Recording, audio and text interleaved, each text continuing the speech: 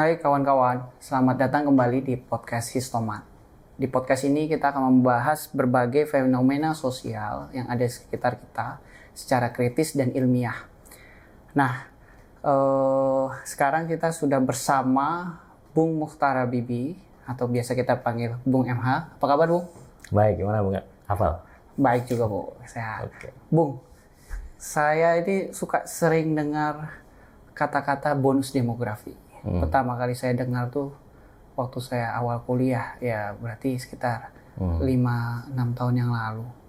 Dan sampai kemarin minggu lalu saya dengar Pak Tito pun di acara APEXI, Asosiasi Pemerintah Kota Seluruh Indonesia, itu ngingetin para wali kota tuh tentang pentingnya bonus demografi dalam menyongsong Indonesia Emas 2045. Sebenarnya apa sih, Bung, yang dimaksud bonus demografi ini?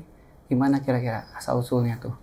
Oke, jadi memang sekarang semua orang kayaknya ngomongin bonus demografi ya, terutama pemerintah itu. Sebenarnya apa sih binatang bonus demografi ini? Kita bisa melacak istilah ini. Sebenarnya istilah ini tidak terlalu, masih relatif baru ya. Jadi lahir dari di sekitar tahun 90-an, di awal 2000-an gitu. Nah, lahirnya ini dari konteks perdebatan ya di kalangan ilmuwan tentang pembangunan itu antara hubungan dari dua hal. Populasi di satu sisi dan ekonomi di sisi yang lain. Nah, perdebatan ini kira-kira kayak apa? Kita ringkas saja ya. Kira-kira ada 3 kelompok dalam perdebatan ini. Yang pertama, kelompok yang optimis nih, bahwa pertumbuhan populasi itu akan berdampak buruk bagi ekonomi. Nah, ini tokoh utamanya tentu saja Malthus gitu ya, yang pengikutnya kemudian disebut Malthusian gitu. Argumennya apa kira-kira? Ya, mereka argumennya pertumbuhan populasi itu kecepatannya akan melebihi ya, kecepatan dari kemampuan kita memproduksi makanan bagi manusia. Nah, sehingga kalau pertumbuhan populasi itu terus tumbuh, kita nggak akan mampu tuh menyediakan makanan atau kebutuhan lain yang sebesar untuk si populasi yang tumbuh tadi. Nah, makanya kemudian mereka disebut kalangan yang pesimis gitu ya. Nah, lawannya dari mereka ini adalah kalangan yang kemudian disebut kalangan yang optimis nih. Nah, ini ada ekonom Simon Kuznets, kemudian ada Boserup juga ya, yang kira-kira argumennya kebalikannya. Mereka bilang populasi nggak ada masalah tuh sama ekonomi sepanjang ada teknologi yang canggih ya, yang makin baik, dan itu bisa meningkatkan produktivitas pertanian kita, bisa memproduksi barang-barang yang kita butuhkan dengan lebih baik. There's no problem gitu. Populasi mau tambah banyak, bukannya memperburuk ekonomi, justru dengan populasi yang makin banyak, ekonomi bisa tumbuh dan berkembang gitu, karena berarti pangsa pasarnya bisa tumbuh dan juga pasar kerja juga makin bertambah gitu ya. Nah, itu kalangan yang optimis bahwa populasi itu bisa berdampak baik, tumbuhnya populasi berdampak baik bagi ekonomi gitu. Nah, ada kalangan ketiga nih yang lebih netral nih, yang kira-kira bilang populasi itu nggak ada kaitan langsung tuh dengan ekonomi, karena pertumbuhan populasi itu akan diperantarai oleh variabel perantara gitu ya, bisa berupa kebijakan negara atau bisa berupa variabel yang lain gitu, yang itu membuat populasi itu tidak punya hubungan langsung dengan si ekonomi tadi. Nah, dalam perdebatan kayak ginilah muncullah literatur yang kemudian ya kita sebut saja literatur tentang demographic transition gitu ya, transisi demografi. Nah, nanti transisi demografi ini terkait erat dengan demografi dividen. Nah, ini yang disebut bonus demografi ini, yang demografi dividen ini. Nah, apa kira-kira literatur ini pandangannya? Literatur ini ingin mengkritik perdebatan 3 tadi, yang menganggap populasi. Nah, kritik utamanya adalah kalau ngomongin populasi, jangan ngomongin populasi secara umum dong. Populasi kok terus ke ekonomi gitu ya. Nah, literatur demographic transition ini ingin bilang populasi itu, kelompok-kelompok populasi tertentu itu punya dampak atau punya efek yang berbeda kepada ekonomi itu. Nah, sehingga mereka kira-kira munculkan hipotesis kayak gini. Kalau suatu negara itu demografinya lebih banyak usia produktif, usia muda, nah itu kecenderungannya bisa membawa dampak yang positif bagi ekonomi. Karena itu menjadi sumber pertumbuhan ekonomi ya, menjadi sumber konsumsi, menjadi sumber pasar baru tadi. Nah, tapi di sisi lain kalau misalnya itu sebuah negara itu lebih banyak angka ketergantungannya, populasi yang tua ya, ataupun populasi yang masih muda yang belum bisa bekerja, nah itu bermasalah tuh negara. Misalnya kayak Jepang nih, yang hari ini mengalami aging population gitu ya, populasi tuanya itu yang di usia pensiun itu lebih tinggi dari proporsi usia yang produktifnya gitu. Nah, ini menimbulkan problem. Sehingga ini kan berada kayak di tengah-tengah nih ya. Kalau tadi populasi pasti buruk, yang satu pasti baik. Nah yang ini, tunggu dulu, populasi yang mana nih? Kalau populasi yang muda ini lebih banyak, dia positif nih. Kalau populasi yang tua atau yang balita atau yang di bawah usia produktif itu lebih banyak, itu juga akan membawa dampak yang negatif itu kira-kira. Nah ini kemunculan dari demographic transition yang nanti menimbulkan istilah demografi dividen tadi, bonus. Kenapa bonus? Karena tadi yang ketika suatu negara itu mengalami transisi di mana usia produktifnya lebih banyak proporsinya dibanding yang usia ketergantungan tadi ya, baik yang di bawah 15 tahun maupun yang di atas 64 tahun tadi. Oke, Bung. Lalu gimana sih sejarah ada munculnya demographic transition ini atau DT? Ya, jadi secara sejarah ya, bagaimana transisi demografi terjadi di negara-negara lain, misalnya di Eropa atau di Asia Timur itu yang kemudian didiskusikan dalam literatur demographic transition ini ya. Jadi kalau di Eropa itu demographic transition di mana populasi usia produktif itu melampaui proporsi usia non produktif itu terjadi di sekitar pertengahan abad 19 sampai pertengahan abad 20 gitu ya. Dan di Asia Timur, di Jepang, Korea Selatan itu terjadi di tahun 1945 sampai 1090-an gitu. Nah di Indonesia ini yang baru digadang-gadang ini baru akan terjadi sekitar ya 5 tahun sampai 10 tahun ke depan gitu. Nah apa yang membuat demografi transition terjadi di Eropa dan juga Asia Timur itu waktu itu yang sering kali disebut adalah adanya dua hal ya. Yang pertama turunnya angka kematian bayi gitu. Nah kenapa itu bisa terjadi ya karena perbaikan sarana kesehatan ya, ditemukannya alat-alat kesehatan yang lebih modern, kemudian juga obat-obatan yang lebih modern yang itu semua berkontribusi bagi turunnya angka kematian bayi, termasuk tentu saja teknik atau metode perawatan kesehatan anak yang lebih baik, ibu dan anak yang lebih baik gitu. Nah itu di satu sisi ya, jadi angka kematian anak itu berkurang. Nah di sisi lain juga ada kecenderungan turunnya angka melahirkan dari si ibu gitu. Yang itu disebabkan oleh penggunaan kontrasepsi yang meluas gitu ya. Ketika orang sudah mulai sadar tentang pilihan-pilihan untuk melahirkan atau tidak dan alat kontrasepsi berkembang, nah itu menjadi pilihan.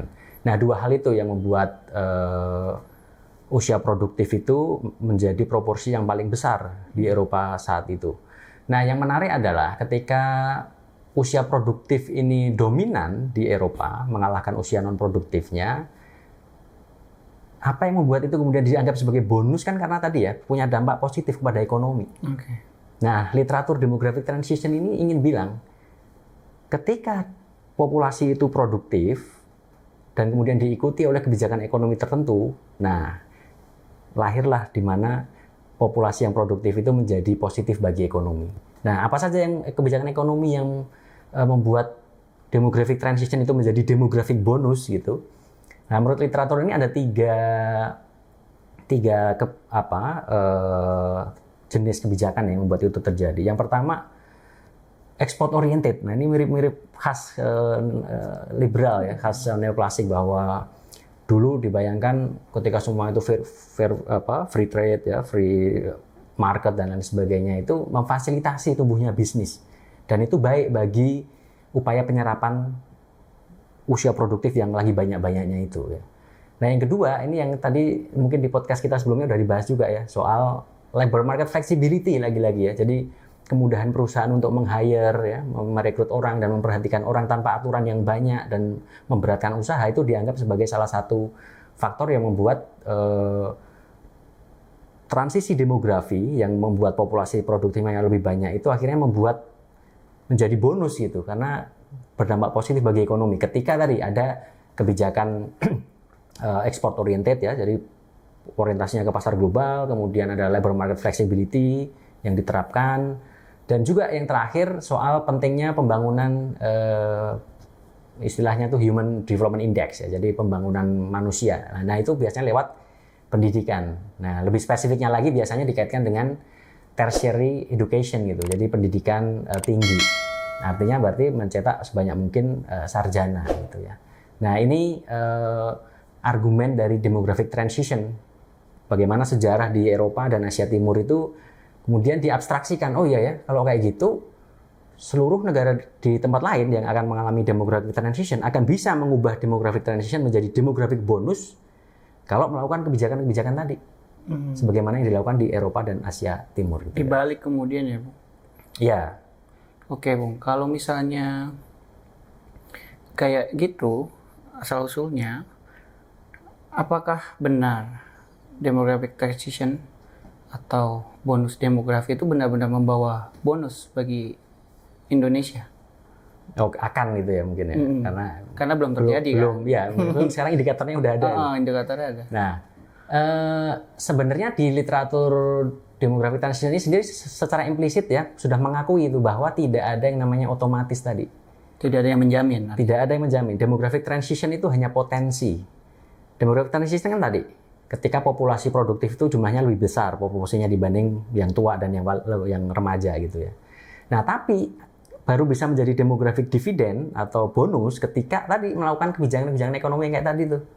Jadi itu pertama nih. Jadi memang dia tidak mengasumsikan itu otomatis terjadi gitu.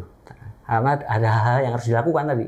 Kebijakan ekonomi yang liberal tadi harus dilakukan kira-kira agar menjadi bonus gitu ya. Ada prasyaratnya. Ada prasyaratnya. Itu secara implisit gitu ya. Nah, tapi yang kedua yang lebih problematis sebenarnya kritiknya adalah kalau kita ini yang tidak disebutkan dalam literatur demographic transition ini kan sebenarnya adalah coba bayangin ya. Begitu banyak usia muda produktif muncul di Eropa, Amerika Utara, Jepang, Korea Selatan misalnya. Dan kita tahu semua negara itu mengalami apa yang disebut dengan industrialisasi yang sempat kita diskusikan di kesempatan lain itu. Nah, artinya apa di sini? Kenapa industrialisasi sebagai proses yang begitu luar biasa dalam menciptakan pekerjaan itu tidak disinggung sama sekali dalam literatur ini? Padahal industrialisasi itu punya peran sentral dalam menyerap lapangan pekerjaan. Kenapa? Nah, ini yang saya ingin jelaskan dikit ya. Kenapa industri itu sering dianggap sebagai dinamisator utama sebuah ekonomi? Nah, Bung Afal mungkin coba kita bayangkan ya. Sektor jasa bandingkan mendirikan sebuah kantor bank dengan mendirikan sebuah pabrik mobil. Nah, coba kita bayangkan. Kalau bank kan sektor jasa ya. Nah, kalau pabrik mobil industri. Kita bayangkan. Kalau bank, kalau kita mulai dari industri aja. Kalau pabrik mobil itu selain menciptakan lapangan pekerjaan ya, menyerap banyak orang di situ, akan menciptakan kontrakan baru, ya itu semua ada. Tapi ada hal yang membuat industri itu kenapa dia lebih punya kekuatan untuk mendominasi sektor yang lain. Karena apa? Mobil itu kan butuh barang mentah.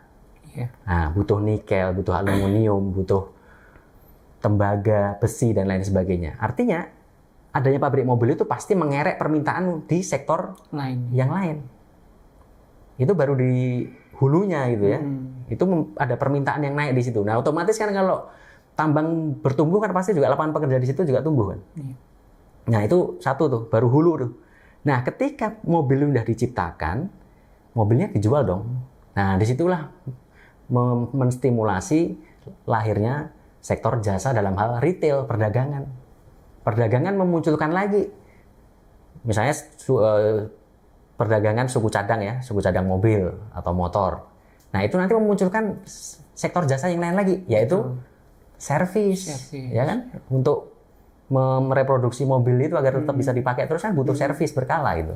Nah, itu menimbulkan dampak lagi kan. Nah, dampak hulu sampai hilir kayak gini nggak bisa dilakukan oleh sektor jasa kayak bank misalnya. Bank meskipun menciptakan lapangan pekerjaan, yes. Menciptakan mungkin ekonomi lokal segitu mungkin iya. Tapi dia kan nggak memberi stimulan untuk sektor lain. Dia nggak butuh raw material kan, Bang. Iya, benar juga ya. Nah, setelah itu juga ketika bank menghasilkan komoditas tertentu berupa pelayanan perbankan juga nggak menghasilkan stimulan dalam retail atau jasa-jasa yang lain tadi kayak pabrik mobil tadi. Nah, inilah kenapa industrialisasi itu dianggap sebagai dinamisator utama ekonomi. Kalau negara bisa melakukan transformasi lewat industrialisasi, maka biasanya benar tenaga kerja akan terserap semua karena industri itu menjadi kekuatan utamanya dalam menggerakkan sektor-sektor ekonomi yang lain. Nah, tapi literatur demographic transition entah lupa atau sengaja tidak menyinggung itu gitu. Nah, padahal kan industrialisasi ini yang membiayai tadi ya. Ketika industrialisasi kan nilai tambah sumbangan terhadap GDP juga naik, yang itu bisa dipakai untuk membiayai tadi pendidikan tinggi, sehingga human capitalnya naik dan itu makin meningkatkan skill dan bisa diserap dalam industri yang lebih lanjut lagi gitu. Nah ini yang tidak muncul dalam demographic transition literature ya, yang tidak menyinggung itu. Padahal kalau kita menyinggung itu, nah ini bahayanya soalnya Pak. Bahayanya apa? Kita tahu industrialisasi di negara Eropa dan negara kapitalis maju itu tidak terpisah dari proses pembangunan di negara yang lain.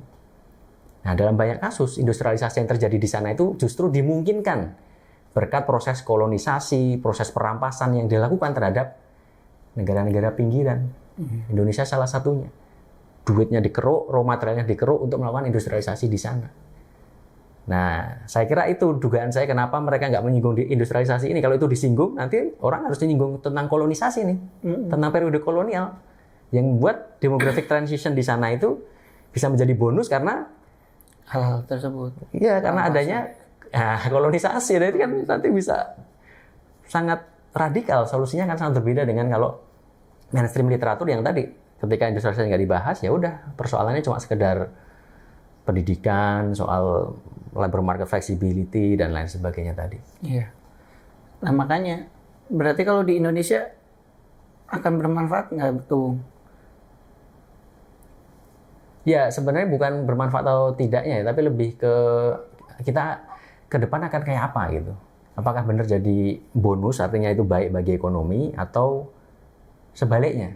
Nah kalau kita lihat kemarin di podcast sebelumnya kan kita udah bahas, kita mengalami deindustrialization ya. Iya. Jadi industri kita itu tetap tumbuh tapi stagnan gitu.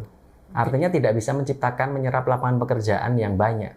Betul. Padahal tadi sektor industri kan yang paling diharapkan menjadi dinamisator utama ekonomi gitu. Bisa menyerap lebih banyak lapangan pekerjaan, tapi juga bisa menstimulan sektor yang lain untuk menyerap tenaga kerja gitu. Nah, ketika deindustrialisasi terjadi ya, saya kira akan sulit untuk melihat bahwa usia produktif yang banyak di Indonesia ini akan terserap ke dalam sebuah ekonomi yang besar, ya seperti yang dibayangkan Indonesia Emas 2045. Iya. Yang terjadi, saya kira justru sebuah populasi yang tidak terserap oleh sektor industri atau tidak terserap oleh ekonomi formal, yang kemudian terpaksa hidup dalam pekerjaan-pekerjaan sisa yang kita kemarin sebut pekerjaan rentan gitu. Nah, kalau kayak gitu posisinya sebenarnya ini seorang ilmuwan sosial besar ya, namanya Karl Marx menyebutnya sebagai surplus populasi relatif ini. Jadi alih-alih sebagai bonus demografi, ini surplus populasi yang terbuang, populasi yang tidak diinginkan gitu oleh ekonomi yang kemudian mesti hidup dalam situasi yang sangat rentan. Berarti justru itu yang sebenarnya terjadi di Indonesia ya, Bung. Saat ini. Yang lalu sebenarnya penjelasan lebih dalam soal surplus populasi relatif itu apa, Bung? Ya, sebenarnya nanti kawan-kawan bisa cek sendiri ya. Marx menyebut surplus populasi relatif ini kan merujuk pada mereka populasi yang tidak terserap oleh derap akumulasi kapital. Nah, kira-kira gampangnya gini ya. Orang itu kan kalau menginvestasikan duit ya, bangun pabrik itu kan pengennya untung.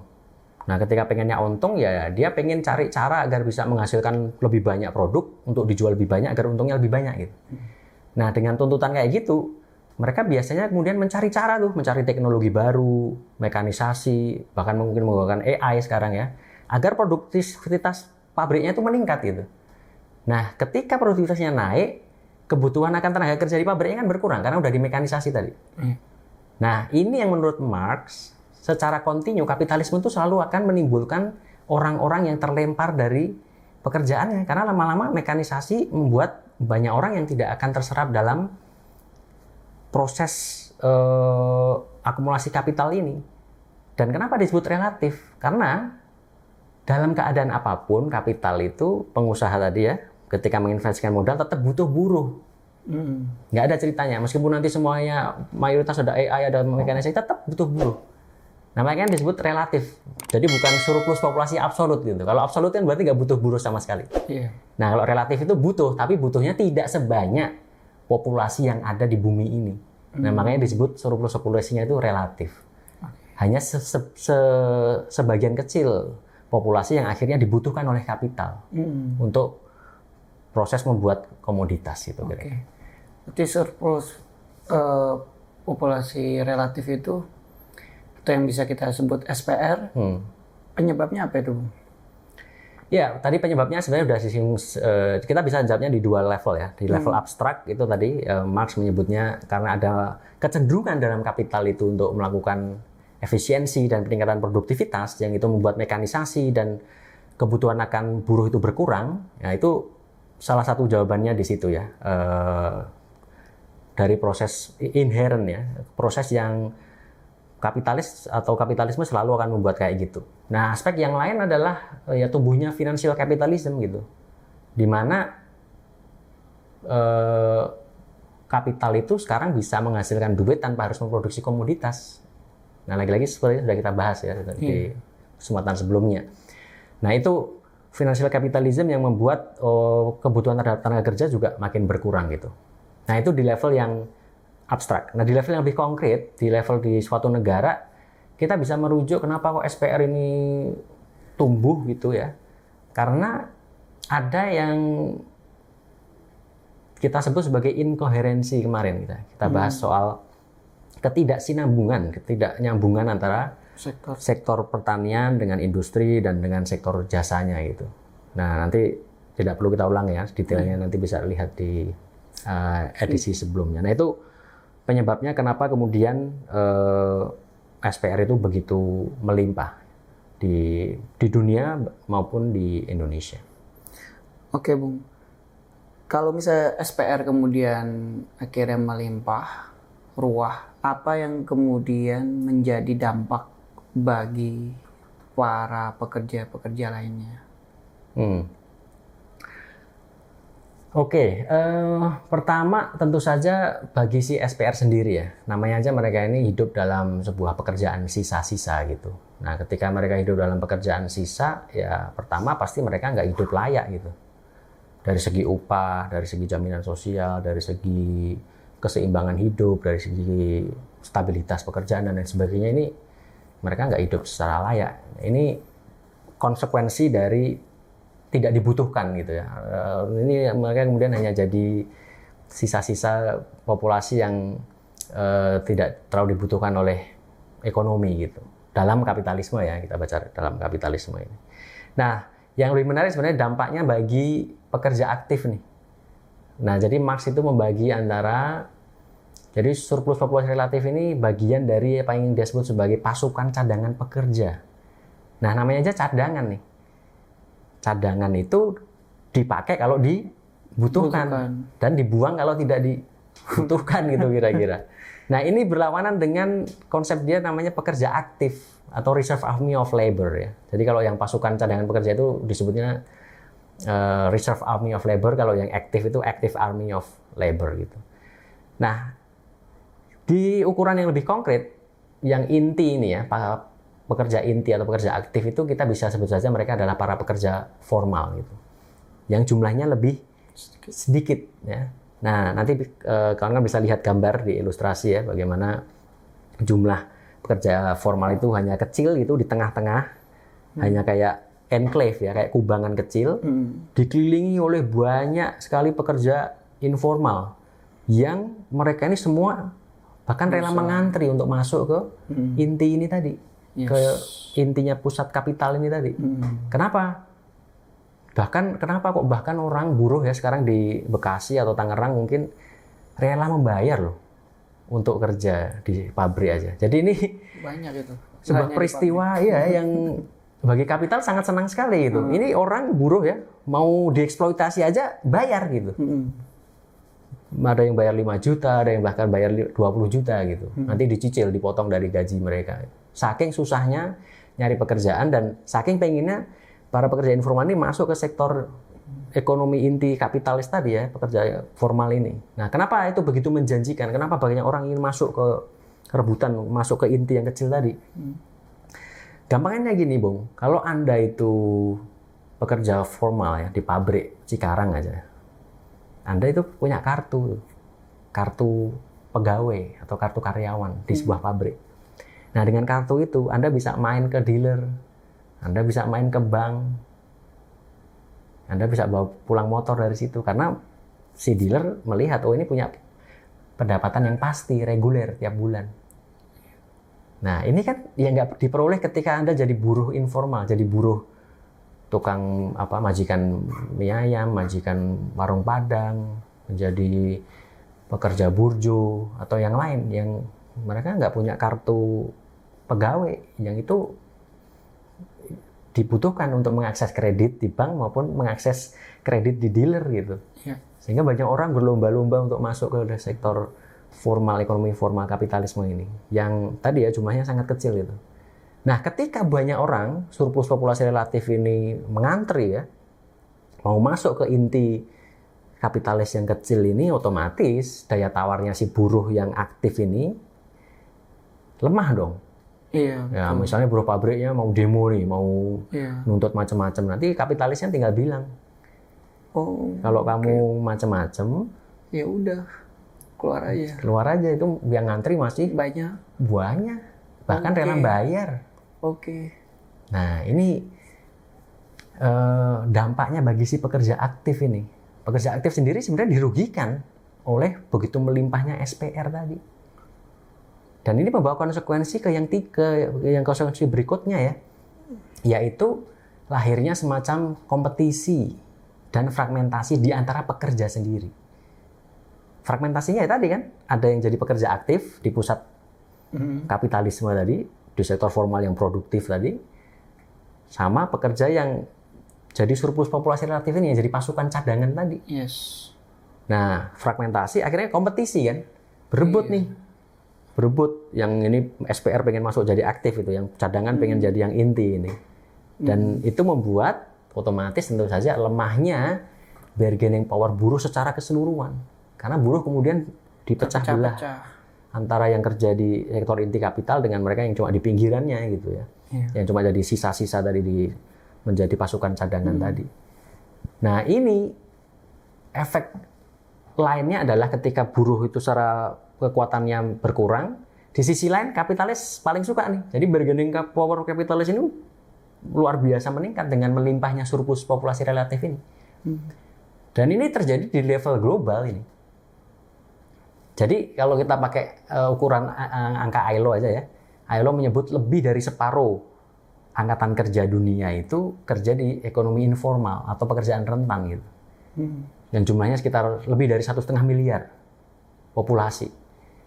Nah, kalau poolnya ya, cadangannya aja segede itu, kapitalis di seluruh dunia itu dengan mudah pindah-pindah tempat aja. Misalnya ada demo di Surabaya, nah nanti ancamannya kan aku akan pindah nih hengkang dari Indonesia. Demo di Bekasi nanti ancamannya pindah ke Vietnam dan lain sebagainya tadi. Jadi ini memperkuat bargaining capital secara global, bukan hanya Indonesia nih.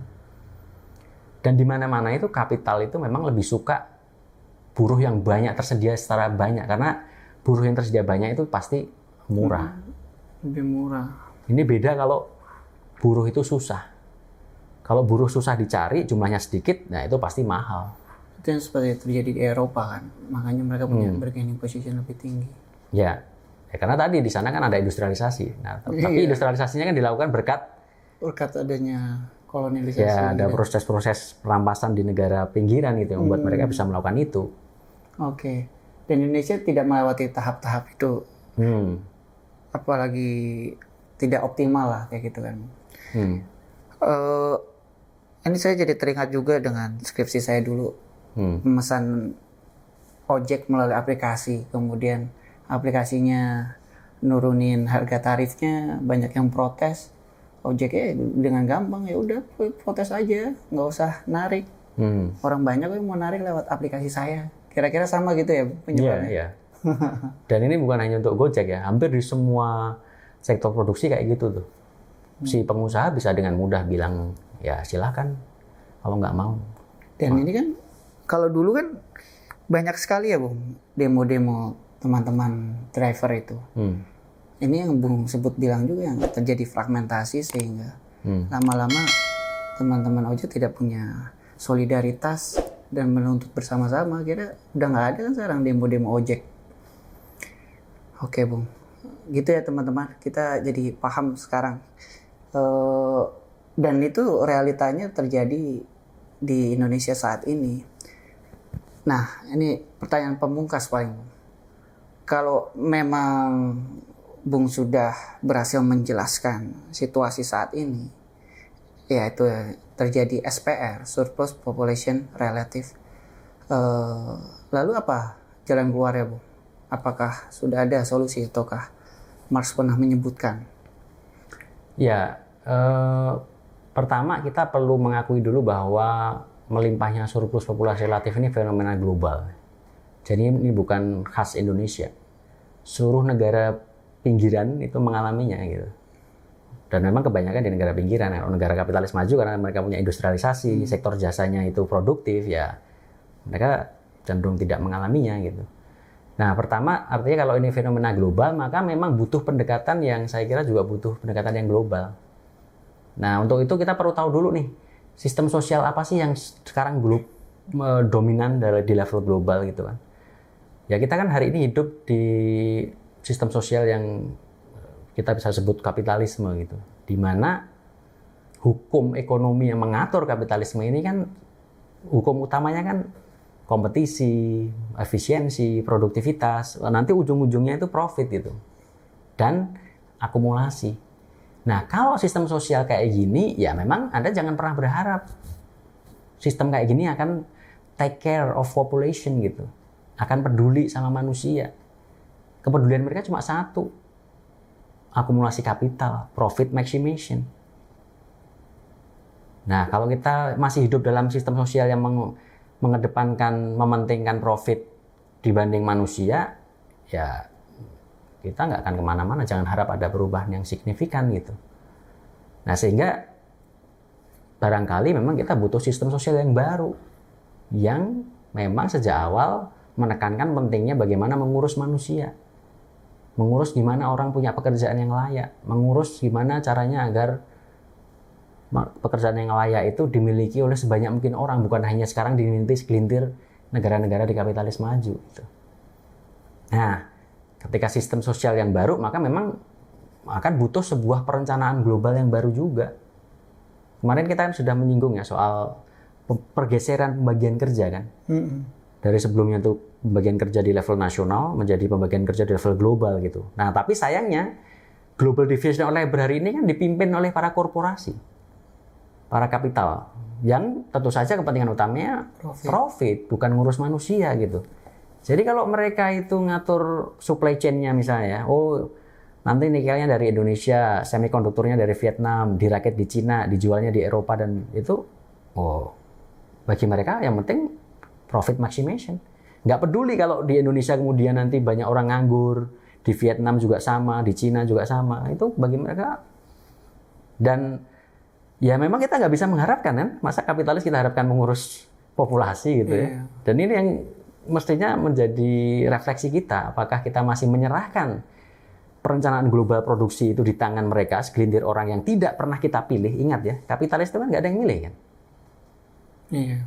Jadi artinya tidak demokratik. Nah, ketika tidak dipilih, tidak demokratik, ya kita nggak bisa ngontrol. Ini kan beda kalau misalnya ada model lain gitu, di mana ada sebuah organisasi di mana sebanyak mungkin orang terlibat di situ, dipilih secara demokratis sehingga kita bisa mengontrol mereka ini. Yes. Dan itulah perencanaan baru bisa dilakukan di situ, perencanaan dalam level global ya. Sehingga misalnya nih, suatu negara kan semua orang itu butuh makan, artinya butuh pertanian kan. Semua orang juga butuh barang industri seperti laptop yang Anda pakai, handphone yang Anda pakai hari ini gitu. Kecuali Anda mau kembali ke zaman batu gitu ya, Anda nggak butuh industri. Tapi pada umumnya manusia butuh itu. Jasa juga semua orang butuh. Nah, kalau ada perencanaan global bisa didiskusikan. Tapi perencanaan globalnya ini diprakarsai oleh pekerja loh ya. Bukan oleh pemilik kapital yang segelintir orang ini. Tapi oleh rakyat pekerja secara umum. Kemudian nanti kita bisa berunding. Di mana dan siapa yang akan menghasilkan pertanian untuk memenuhi kebutuhan seluruh manusia. Di mana dan siapa yang akan memproduksi barang-barang manufaktur yang kita butuhkan. Di mana dan siapa yang akan mengurus sektor jasa untuk menopang pertanian dan industri tadi. Oke. Nah, kalau kayak gitu, mestinya secara logik nggak akan ada lagi yang namanya surplus populasi relatif karena ekonomi didrive untuk kepentingan manusia itu sendiri. Bagaimana mereka mendapatkan pekerjaan dengan cara tadi perencanaan tadi. Tidak dibiarkan dalam proses kompetisi alam liar pasar bebas yang dikomandoi oleh para korporasi multinasional tadi. Baik, Bung. Kalau begitu kan dari awal pemerintah, karena bonus demografi kan digaung-gaungkan oleh pemerintah. Dari awal berarti identifikasi masalahnya udah error ya? Iya, jadi ini mirip yang kemarin ya. Pemerintah ini memang suka error. Jadi identifikasi masalahnya itu biasanya mengikut pada pandangan ekonomi mainstream gitu. Kenapa? Ya salah satunya karena duitnya dari mereka gitu, yang ngasih duit donor untuk menjalankan proyek-proyek pembangunan. Makanya bagi pemerintah sekarang itu mereka sangat optimis bahwa bonus demografi itu akan jadi bonus. Atau istilah yang lebih tepatnya tadi ya, demographic transition itu, transisi demografi akan menjadi bonus demografi. Dalam arti kata positif. Positif. Dengan catatan tadi melakukan explore oriented ya, liberalisasi ekonomi, kemudian menerapkan pasar kerja fleksibel, dan kemudian menyelenggarakan pendidikan tinggi. Nah, ini kembali lagi nih, pendidikan tingginya pun sebenarnya strateginya sama, training. Yes. Jadi menyesuaikan bagaimana pendidikan tinggi itu sesuai dengan kebutuhannya industri. Jadi kembali logikanya adalah link and match itu yang sering disebutkan oleh pemerintah gitu ya. Karena dalam rangka orang-orang produktif ini harus bisa mengikuti perkembangan teknologi gitu. Sehingga harus diupdate dengan pengetahuan teknologi sehingga nanti bisa terserap dalam pekerjaan tadi. Nah, sehingga kalau identifikasinya aja keliru, ya, resepnya juga keliru kan. Resepnya lagi-lagi ke situ gitu. Karena hanya percaya pada tadi literatur demografi transition yang memang nggak menyinggung problem tadi soal industrialisasi. Karena memang kalau orang nyinggung industrialisasi, orang harus bicara sejarah industrialisasi. Dan ketika bicara sejarah industrialisasi, mau nggak mau harus bicara kolonialisme, imperialisme, pembagian kerja di tingkat global, dan peran korporasi multinasional yang memporak-porandakan ekonomi nasional di berbagai negara. Kalau gitu, Bung, seandainya Bung bisa menyampaikan ke pemerintah, sarannya apa, Bung? Ya, ini sebenarnya semua saran udah implisit yang sudah saya jelaskan tadi ya. Dan sebaiknya kita nggak mengasih saran. Karena pemerintah itu bukan untuk diberi saran sebenarnya. Pemerintah itu lebih tepatnya perlu kalau bahasa Bung bukan diminta tapi kemarin ditekan. Ditekan ya, dituntut itu. Karena ingat, pemerintah itu dipilih oleh kita loh.